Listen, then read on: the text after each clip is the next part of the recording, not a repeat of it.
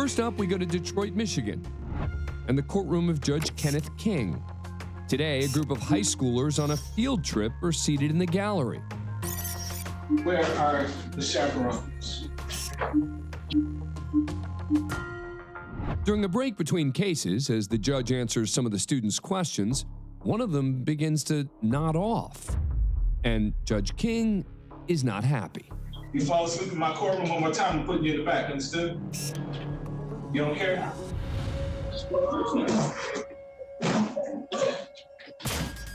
It seems the judge doesn't like the student's attitude.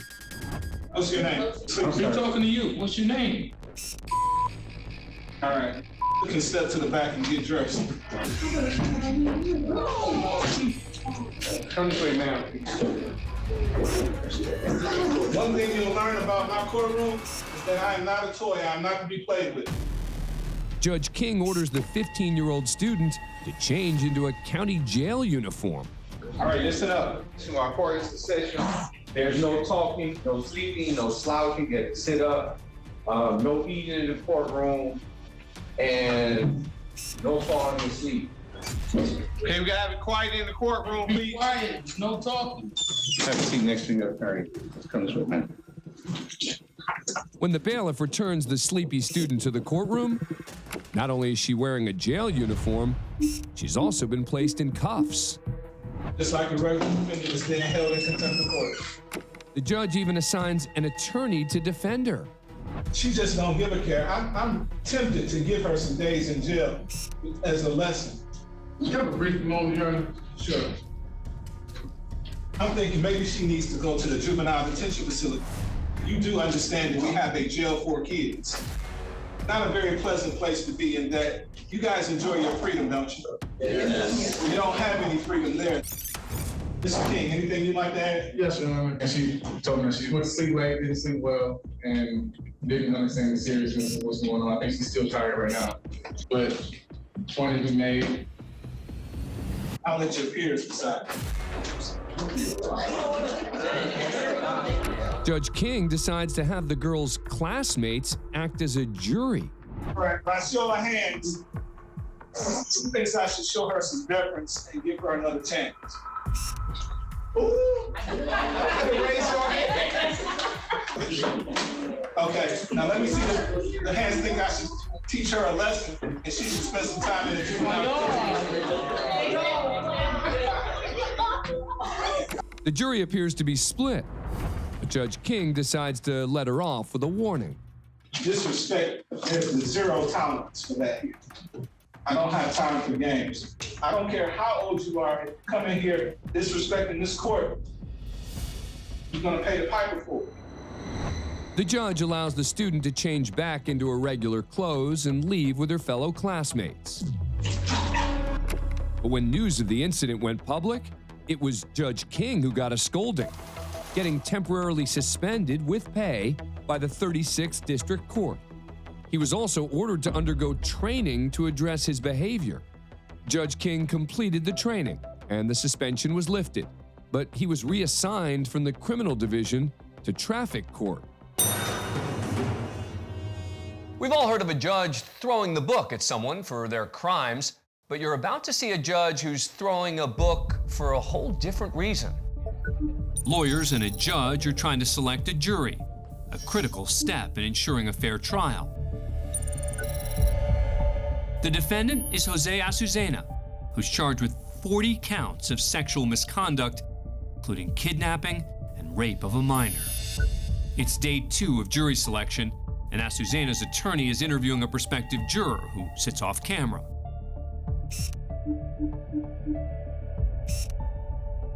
The judge listens on. So can you be fair to both sides? I think I would be biased. You're off this jury, I don't know how. but you didn't say that yesterday. It looks like the judge has taken issue with a potential juror. Well, I said I had No, listen, what we're not going to have in this jury is people coming in overnight and thinking up and trying to make up now so they can get out of the jury. That's not going to happen, all right? Right? Because if I find that someone said something yesterday under oath and changes it because they're trying to fabricate something to get out of serving on this jury, there's going to be repercussions. The judge is unsatisfied and demands an explanation. What's going on here? Tell me what's going on. I said I had other issues yesterday, and you said you'd get back to me. All right, so why you got issues? Why can't you're saying that you can't be fair and impartial to both sides? You're going to completely throw out our entire justice system because you don't want to be fair and impartial. Disgusted with the juror, who happens to be a nurse, the judge throws a book, which turns out to be a pocket-sized version of the U.S. Constitution, against the wall. Things are heating up, so attorneys attempt to intervene. Your Honor, may we approach? Your Honor. We can't approach. You're not going to be fair and impartial. Like I said, with my nursing history, and I've been involved with child abuse, and I've been involved with incest with young girls that deliver 13 years old. It makes me rather, biased. Ma'am, you're off this jury. You're off this jury. You're removed. Go home. All right? The nurse is excused from jury duty, not before the judge gets in one last remark. I don't like your attitude. The case against Azucena eventually makes it to trial, and he's found guilty. He's sentenced to life in prison, but that's not where the story ends. You're saying that you can't be fair and impartial to both sides. The Nevada Supreme Court overturns the conviction, claiming Judge Scotti created an intimidating environment which tainted the jury panel. Azucena is awarded a new trial and a new judge. Until then, he remained in custody. Although Scotti apologized for the incident, his outburst resulted in ethics charges, courtesy of the Nevada Commission of Judicial Discipline. You're removed. Go home. All right? I don't like your attitude. You need to come to the podium, please. Face the clerk and raise your right hand to be sworn. Our next stop is inside Circuit Court in Seminole County, Florida, where Judge Jerry Collins has ordered this woman, a victim of domestic violence, to appear before her. We are here in the matter of State of Florida versus Miles Maynard Brennan. The victim had been subpoenaed to appear in court a week earlier to testify against Miles Brennan, the father of her child, who she alleged had choked her and threatened her with a knife. But she failed to show up. As a result, the state dismissed the charge of dangerous exhibition of a weapon, and Brennan pleaded guilty to a reduced charge of simple battery.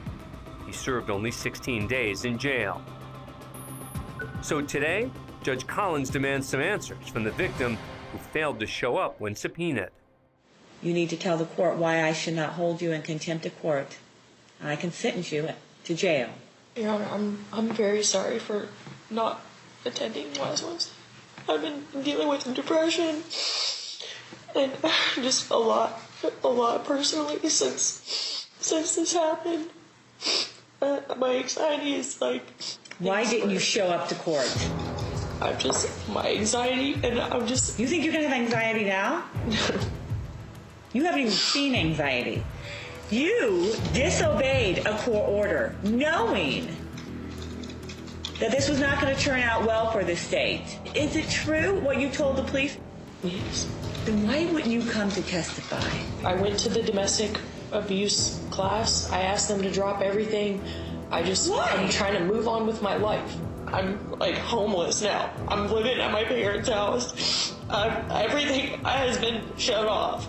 I just sell everything I own.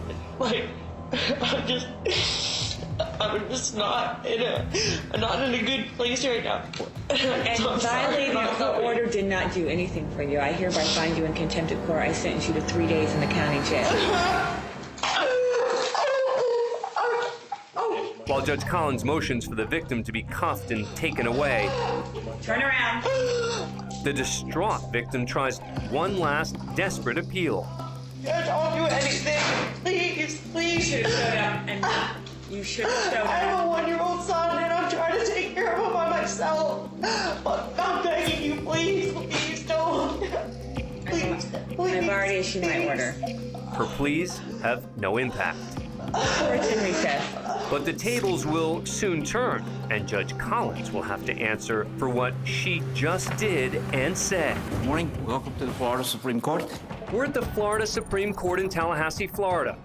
A few months after a local news station aired footage of Judge Jerry Collins berating a domestic abuse victim for not showing up in court. You think you're gonna have anxiety now? You haven't even seen anxiety. The Florida Judicial Qualifications Commission finds that Collins has violated the state's Code of Judicial Conduct. Today, she appears before the state Supreme Court to face the music in a televised public reprimand led by Chief Justice Jorge Labarga. Judge Collins, you violated the Code of Judicial Conduct. It occurred when you berated and belittled the distraught victim. The victim apologized for failing to appear, citing anxiety, depression, and a desire to move on from contact with her abuser. I'm trying to move on with my life. I'm like homeless now. Meanwhile, Judge Collins, you raised your voice, You disobeyed a court order. used sarcasm, You haven't even seen anxiety. spoke harshly, and interrupted the victim. I'm not in a good place right now. And violating a court order did not do anything for you. I hereby find you in contempt of court. Collins, who admitted to the misconduct, stands silently as the tongue lashing continues for 5 long minutes. Conduct such as yours will not be tolerated. I cannot emphasize enough how intolerable your behavior was in this case. In addition to the harsh public reprimand, Collins agrees to take courses in anger management and domestic violence. But for some, that's not enough, as online petitions demanded she be removed from the bench. But she doesn't lose her job. Next, we're in La Plata, Maryland for a jury selection.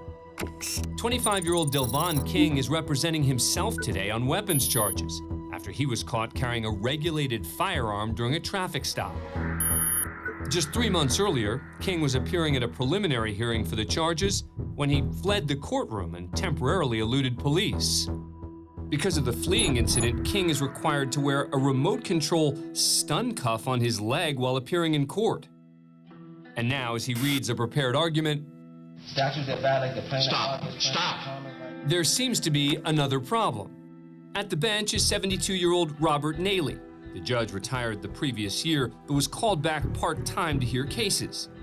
This hearing got off to a rocky start when King claimed to be a Moorish American, an offshoot of the anti-government sovereign citizen movement, and insisted his true name was not Delvon King.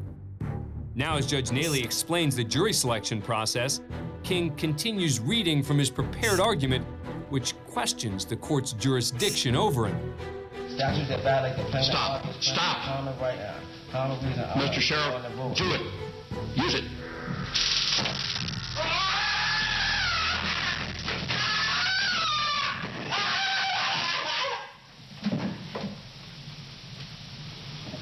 All right, I'm going to take 5. He calms down and I'll be back. Yes, sir. 5 minutes. In case you missed that, after King refuses to stop speaking, Stop. Judge Naley orders the courtroom deputy to activate the stun cuff on King's leg. Mr. Sheriff, do it. Use it. The deputy calmly approaches King, who doesn't appear to see him, and slides his chair out of the way.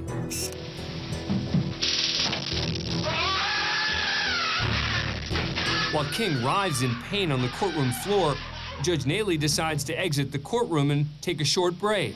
All right, I'm going to take 5. Sir. 5 minutes. Following the brief recess, Judge Naley resumed the hearing, and King continued representing himself. He later agreed to probation before judgment, meaning in his case, he was sentenced to 2 years in jail on the weapons charge, most of which he'd already served, and in return, no actual conviction would be added to his record. The same cannot be said for Judge Robert Naley. After the courtroom video was made public, the Maryland Court of Appeals immediately rescinded Naley's ability to hear cases.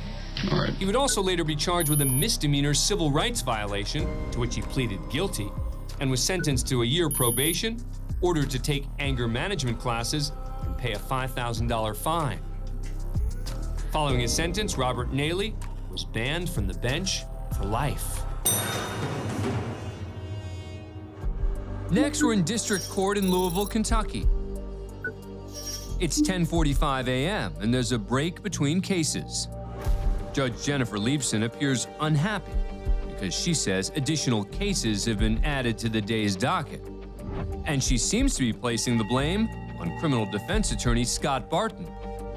The problem is I was the one, Mr. Barton, I find the fact that you added 37 cases on a day when I have a no add-on order to be contemptuous. Yes, ma'am.